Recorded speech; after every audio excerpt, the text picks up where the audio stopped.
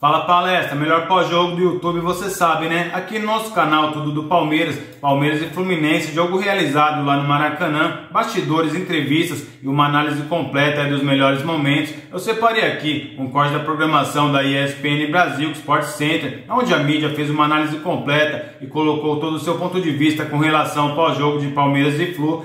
Eu vou deixar aqui na descrição. Lembre-se de deixar o seu like para dar uma força e também me incentivar. Então vamos para o programa. Porque o Palmeiras venceu, teve gol do Vitor Roque. Teve gol do Cano também, ó, mas o gol do Vitor Roque foi mais importante. Tirando o gol de pênalti do Cano também, é isso e nada.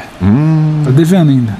Mas o primeiro tempo do Palmeiras também não foi lá essas coisas. O primeiro tempo do jogo não foi lá essas coisas. O Flu, sem, obviamente, tirar o mérito e a luta do Palmeiras, mas o Fluminense falhou feio nos dois gols.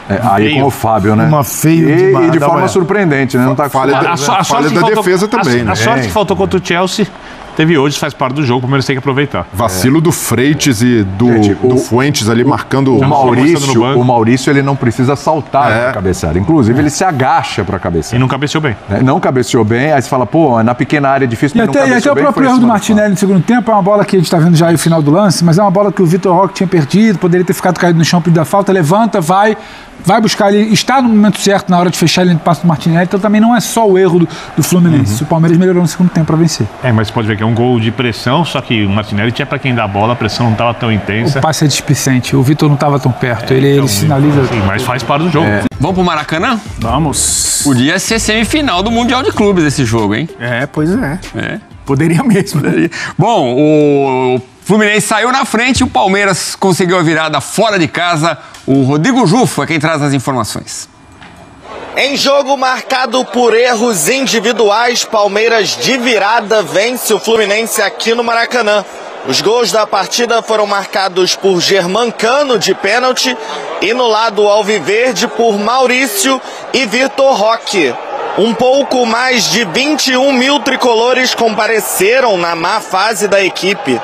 No primeiro tempo, o Fluminense pressionava e as melhores jogadas saíam no lado esquerdo com o Soteldo. O primeiro gol só foi sair quando Facundo Torres acertou Freitas na área. Germancano não deu chances ao Everton. O Fluminense tinha o jogo controlado. O Palmeiras não ameaçava até que já nos acréscimos da primeira etapa, depois de um cruzamento na área, Maurício completou em falha do goleiro Fábio. Na segunda etapa, o Fluminense não consegue manter o ritmo e vê o Palmeiras criar boas chances. Foi aí que veio o último e decisivo erro individual. Martinelli recuou mal a bola e Vitor Roque apareceu para driblar Thiago Silva e virar o jogo para o Palmeiras. 2-1. No desespero, o Fluminense até tentou, mas não venceu a forte defesa do time paulista. Alan ainda foi expulso após entrada em Samuel Xavier, mas já era tarde. Placar final, 2-1. Eu tenho falado desde o dia que cheguei em relação ao calendário, ao desgaste. Daqui a 2 dias estamos a jogar outra vez. E isto depois também tens um bocadinho de sorte. Que jogadores é que se lesionam, em que momento é que se lesionam. Mas não interessa, o que interessa é ganhar. Se não ganhares a seguir, ninguém vai querer saber se jogaste com a tua defesa completa ou não, se jogaste... Ninguém quer saber de nada, é resultado. E à semana, não ganhou, quem é que não ganhou? Pumba, vamos descascar neste treinador, neste jogador e nesta equipa. E para a semana seguinte vão dizer que nós somos os melhores só porque fizemos um jogo e ganhamos, e somos exatamente os mesmos. É isto que eu disse ao Roque. Agora vão dizer que tu és espetacular, o treinador, o Abel é mágico. Zero. Mas a escolha é de quem está desse lado e nós vamos continuar a fazer o nosso trabalho. O Fluminense, ele não está bem no Campeonato Brasileiro? Digamos que não está bem, mas também não está mal. Ele está ali com 20 pontos, tem muita coisa ainda pela frente. E a gente tem as outras duas competições. Priorizar uma competição, outra não, nenhuma. Ali na frente a gente vê o que vai acontecer. Se tiver que desviar o caminho para priorizar uma competição, aí o presidente vai dar ok. Vai com ele é o presidente do clube, mas por enquanto a gente está nas 3, vai brigar pelas 3 sim. Vamos ser campeões, o que vai acontecer? Não sei, ninguém sabe, não é o Fluminense, nenhum clube sabe o que vai acontecer em qualquer uma das competições. Eu acho que no momento, digamos assim, que leva vantagem, o clube que está disputando somente uma competição, o Campeonato Brasileiro, no máximo 2. Esses clubes estão levando vantagem sobre os outros. Ah, se vão chegar, vão ganhar, vão ser campeões. Bom, aí é outra história. Pessoal, gostoso ganhar do Renato Gaúcho, né? Ele dá várias desculpas aí para o time dele, mas uma coisa ele tem razão, né? Esses times estão jogando menos campeonatos, vão estar melhor fisicamente e podem aí despontar no Campeonato Brasileiro. 3 jogos no Maracanã e 3 derrotas, cara, eu acho que não tem muito o que falar. Eu acho que a gente tem que trabalhar muito mais para melhorar. Não foi uma volta boa do Mundial, né? Não adianta a gente procurar o culpado agora a gente tem que procurar trabalhar cada vez mais, fechar a boca e dar o nosso melhor para melhorar e voltar a conquistar os 3 pontos e as vitórias, que vai ser importante pra gente. Com a vitória, o Palmeiras encerra um jejum de 8 anos sem vencer o Fluminense aqui no Maracanã. O time paulista agora soma 29 pontos e segue na cola dos postulantes ao título do Campeonato Brasileiro.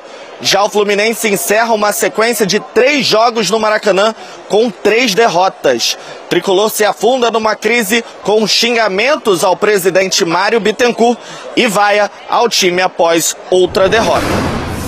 Futebol é dinâmico, hein? Outro dia tava a torcida comemorando a excelente campanha nos Estados Unidos. Outro dia, a gente pode falar, né? Posse de bola maior do Fluminense, 54-46, finalizações 17-9 no alvo. Olha como o Palmeiras é eficiente, né? De 9 finalizações, 5 no alvo, contra uma apenas do Flu. Grandes chances, 4-2, vantagem alviverde, 33-14 em ações na área rival. O Fluminense venceu mais duelos, 62 contra 44. Houve um momento no primeiro tempo que estava 6 finalizações do Fluminense, nenhuma do Palmeiras, 1-0 para o Flu, parecia uma vitória ali a caminho do Fluminense, que teve uma chance ali, um contra-ataque, perdeu a bola, gol do Palmeiras. E aí, em 2 falhas, né? Uma falha do Fábio, a outra falha do Martinelli ao cruzar a bola. Então, pro Renato ficar bravo com esses erros, essa falta de atenção, né? Sim, mas eu acrescento a questão da competitividade pós-mundial. Os dois perderam para o Chelsea, né? Diga-se de passagem. E de lá para cá, dessas derrotas para o Chelsea, o Palmeiras empatou um jogo contra o Mirassol e evoluiu, né? 2 vitórias consecutivas. O Fluminense, depois do jogo contra o Chelsea, foi uma fase a mais, passou dias a mais nos Estados Unidos, 3 derrotas. É claro que a gente pode analisar também o nível dos adversários, né? Enfrentou adversários complicados. Sim, enfrentou o Cruzeiro, enfrentou o Flamengo, enfrentou o Palmeiras. Não é uma tabela fácil, mas é um Fluminense que voltou a ser o Fluminense antes do Mundial. É um time que ainda não encontrou o seu caminho no Campeonato Brasileiro. Renato está certo, está ali ainda com 20 pontos. Por pontos perdidos, o Fluminense é um time de G6, né? Porque tem 2 jogos a menos. E esses 2 jogos a menos, o Fluminense se recuperando, podem colocar o Fluminense entre os 6 primeiros. Ou seja, de zona de classificação para a Conmebol Libertadores do ano que vem. Que eu acho que tem que ser o objetivo do Fluminense nessa temporada. O primeiro, né, o objetivo do Fluminense nessa temporada dentro do Campeonato Brasileiro. Mas olhando para o jogo, né, e olhando para o que essas equipes já fizeram nessa temporada, era muito natural que o Palmeiras se impusesse através da sua eficiência. A gente tá vendo o gol, pode até ficar no gol aí. Tem também, além do Fábio, a questão da posicionamento dos zagueiros, né? Que o Maurício cabeceia sozinho, né? Sim, então, é o que eu falava, o Palmeiras, ele tem essa eficiência também, muito por conta dos mecanismos já serem quase que automáticos. É um time que sabe fazer transição da defesa para o ataque, olha como é uma equipe que consegue recuperar a bola e acelerar o jogo, usa muito bem o jogo aéreo, é uma equipe que na bola parada já tem muitas opções de bolas paradas. O Fluminense, a gente pode dizer, mas o Renato já tem muitos jogos, olha o que ele fez no Mundial. Ele não tem esse repertório, ele não tem nem tempo para ter repertório que o Abel Ferreira tem, é natural. Isso, o cara está desde 2020 no Palmeiras. Por mais que cheguem jogadores novos, é um time que já tem seus mecanismos prontos. Falha em alguns momentos, é um time que não consegue ser eficiente, sim, como qualquer outra equipe, mas é um time que, comparado ao Fluminense, está num estágio bem à frente. Mas é claro que o Fluminense preocupa pela sequência de derrotas, principalmente as derrotas no Rio de Janeiro. É um time que não viajou, Edu. É um time que passou o tempo inteiro, desde que voltou aos treinamentos pós-mundial, no Rio de Janeiro. Então isso, claro, pensando para frente, mesmo com 2 jogos a menos, é preocupante. O Palmeiras também tem os mesmos 2 jogos a menos e está um estágio à frente. O Palmeiras tem que comemorar demais essa vitória, né? Porque muita gente vai sofrer no Maracanã, na verdade, contra o Fluminense. Sim. E chega aos 29 pontos, tá a 5 do líder Cruzeiro, quer dizer, em pontos perdidos, que o torcedor já olha como 2 vitórias, né? Então, em pontos perdidos, o Palmeiras está na frente, né? Sim. Então, se ele vencer os 2 jogos, ele chega a 35 pontos, passando o Cruzeiro. E aí pode comemorar também o gol do Tigrinho, o Vitor Roque. Sim. Que no jogo passado ele tinha sido importante, mas não havia marcado. E realmente ele se aproveita ali do lance do Martinelli. A gente está vendo a expulsão do Alan mais uma vez, que realmente não pode fazer isso, né? O garoto exagerou na dose contra o Samuel Xavier. Mas eu dizia do Vitor Roque, esse gol é aquele gol para realmente virar a página, e ele agradeceu demais o apoio do Palmeiras, dos companheiros, do Abel Ferreira, que vem dando respaldo para ele continuar até buscar a boa fase, e parece que está encontrando, né, Elton? E esse gol é dele, né? Porque o anterior acabou sendo gol contra, né? Apesar da participação dele no lance, o gol acabou não sendo dado ao Vitor Roque justamente, né? Porque ele participa da jogada, mas aí desvia no adversário e acaba entrando. Mas é um jogador que precisa, né, dessa sequência para ter confiança, né, para jogar o futebol que dele se espera. Ele foi contratado e a Leila Pereira falou isso na contratação dele, na apresentação dele, que resolvemos o problema do 9.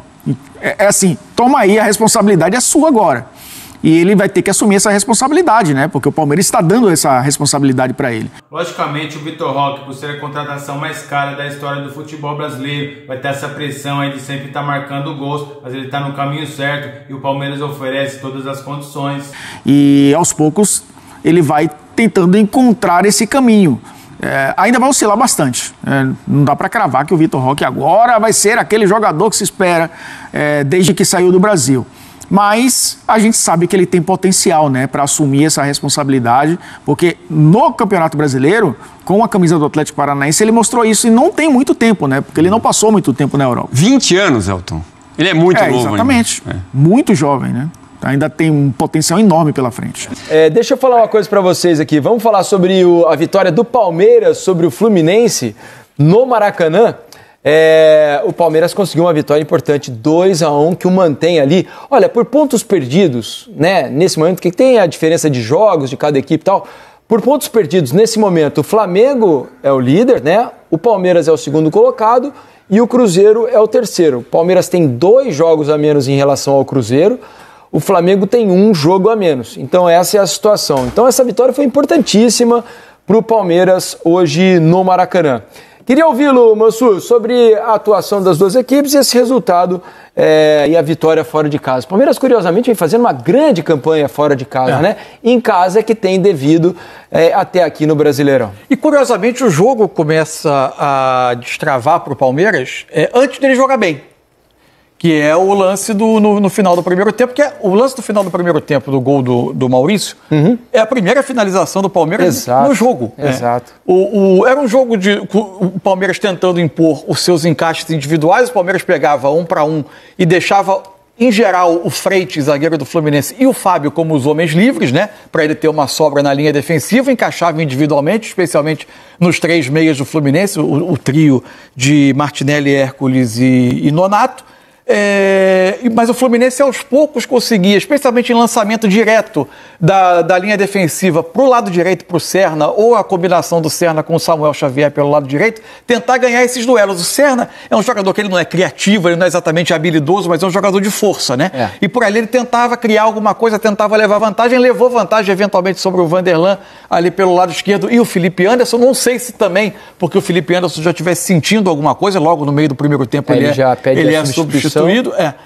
Entre o Sousa, que aliás até entrou bem de novo no jogo, parece promissor o início do Sousa no Palmeiras, mas a partir dali o Fluminense consegue ter um pouco mais de volume, consegue finalizar mais do que o Palmeiras no primeiro tempo. O Palmeiras não finalizava e encontra o lance do pênalti do gol do Cano, mas sofre um pouco antes do intervalo. E aí no segundo tempo, o Palmeiras era melhor no início do segundo tempo, ainda não era um time extremamente criativo, mas conseguia pressionar melhor o Fluminense, impedir o Fluminense de ligar as suas jogadas diretamente, acionar os seus homens homens de frente, o jogo ficava mais no campo ofensivo do Palmeiras, só que encontra o segundo gol num erro, não dá nem para dizer tanto que é um erro forçado. O erro do Martinelli é um erro de passe simples, né? Simples, Aliás, os dois gols do Palmeiras se originam em erros pouco comuns, né? Porque um é do Fábio e o outro é do Martinelli, jogadores que estão muito bem no momento. O Martinelli é um grande jogador de meio campo, de bom passe, ele erra um passe simples e, de novo, como disse o Mansur, sem pressão, né? Ali não havia uma pressão do Palmeiras grande na saída de bola do Fluminense.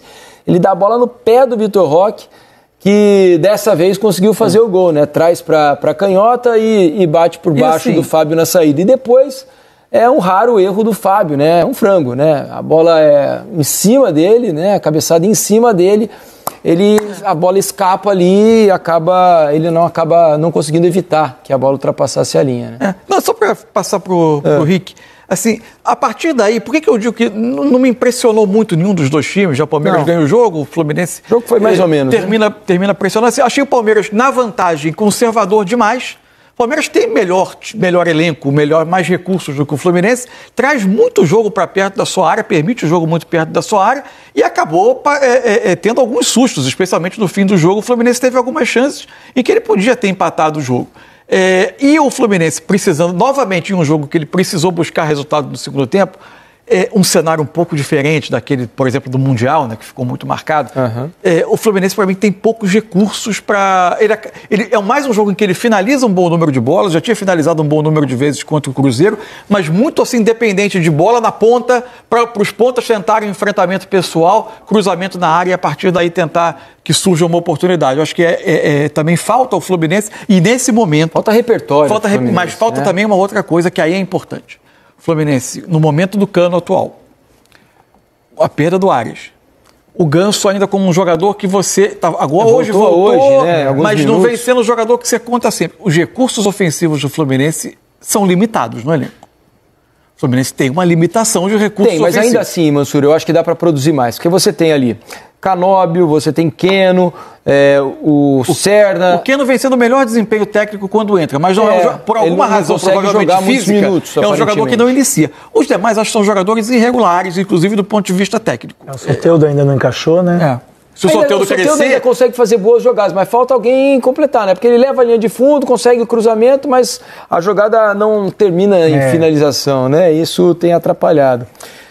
Mas a vitória é importantíssima para o Palmeiras. Fala Palestra, mais informações do Verdão aqui no canal, onde a gente acompanhou aí a programação da ESPN Brasil Sport Center, onde a mídia fez uma grande análise aí do pós-jogo de Palmeiras e Fluminense, jogo realizado lá no Maracanã e válido pela 16ª rodada do Campeonato Brasileiro. Palmeiras teve um desfalque de última hora para essa partida, o Piquerez é lateral esquerdo, consagrado com a camisa do Verdão, não pôde atuar aí e o Vanderlan entrou no seu lugar. E aí, torcedor, o que você achou aí do desempenho do Palmeiras? Esse jogo é importante contra o Fluminense no Maracanã. E com relação à escalação do técnico Abel Ferreira, você concorda? Teria feito alguma mudança? Deixa nos comentários que eu quero saber. Vou trazer aqui mais informações do Palmeiras com relação ao ex-goleiro, um goleiro que fez história com a camisa do Palmeiras. Se trata do Jailson. Acredite se quiser, torcedor, ele vai voltar ativa, viu? Tava aposentado aí e agora vai jogar o Campeonato Paulista da Série A3 pelo Bandeirante. O Jailson está com 44 anos, é isso mesmo, torcedor, e vai voltar a atuar com a camisa de um time profissional. Jailson fez história no Verdão, né? Um grande goleiro, fez grandes atuações, fez história no Palmeiras e deixou um grande legado, não é mesmo? Boa sorte para o Jailson nessa nova empreitada. O Jailson, um dos goleiros mais emblemáticos da história recente do Palmeiras, havia encerrado a sua carreira em 2023, no entanto, aos 44 anos, torcedor, é isso mesmo, viu? Jailson aí na área. Inclusive o goleiro do Fluminense também, o Fábio, né, que é um grande goleiro, também tem essa idade, 44 anos. Ele decidiu voltar aos gramados e foi anunciado como novo reforço do Bandeirante Esporte Clube da cidade de Birigui para disputar a Série A3 do Campeonato Paulista 2026. O Jair, torcedor, é melhor do que muito goleiro que eu vejo por aí, viu? Se ele tiver numa boa condição física, não tiver muito pesado, com certeza a elasticidade ele tem. Como eu falei aqui, tem goleiro mais novo que não tem as condições que o Jailson tem, inclusive na Série A do Campeonato Brasileiro. A sua trajetória no Verdão começou em 2014, após ser contratado pelo Ceará. Apesar da chegada ao clube, Jailson teve a sua primeira chance como titular em 2015. O verdadeiro destaque em sua passagem pelo Palmeiras havia sido em 2016, Naquele ano, durante a campanha do título brasileiro, o então titular Fernando Praz sofreu uma lesão séria e o Jailson acabou assumindo a responsabilidade. Eu lembro que o Jailson fez um grande campeonato em 2016, um dos principais nomes do Palmeiras aí nesse ano, excelente goleiro. Sempre o Palmeiras vai ter as portas abertas aí para o Jailson, logicamente, né? Não como goleiro profissional, mas sim, né, como um grande jogador na história do Palmeiras. E eu vou ficando por aqui. Lembre-se de deixar o seu like, se inscreva no nosso canal. Então até o próximo vídeo.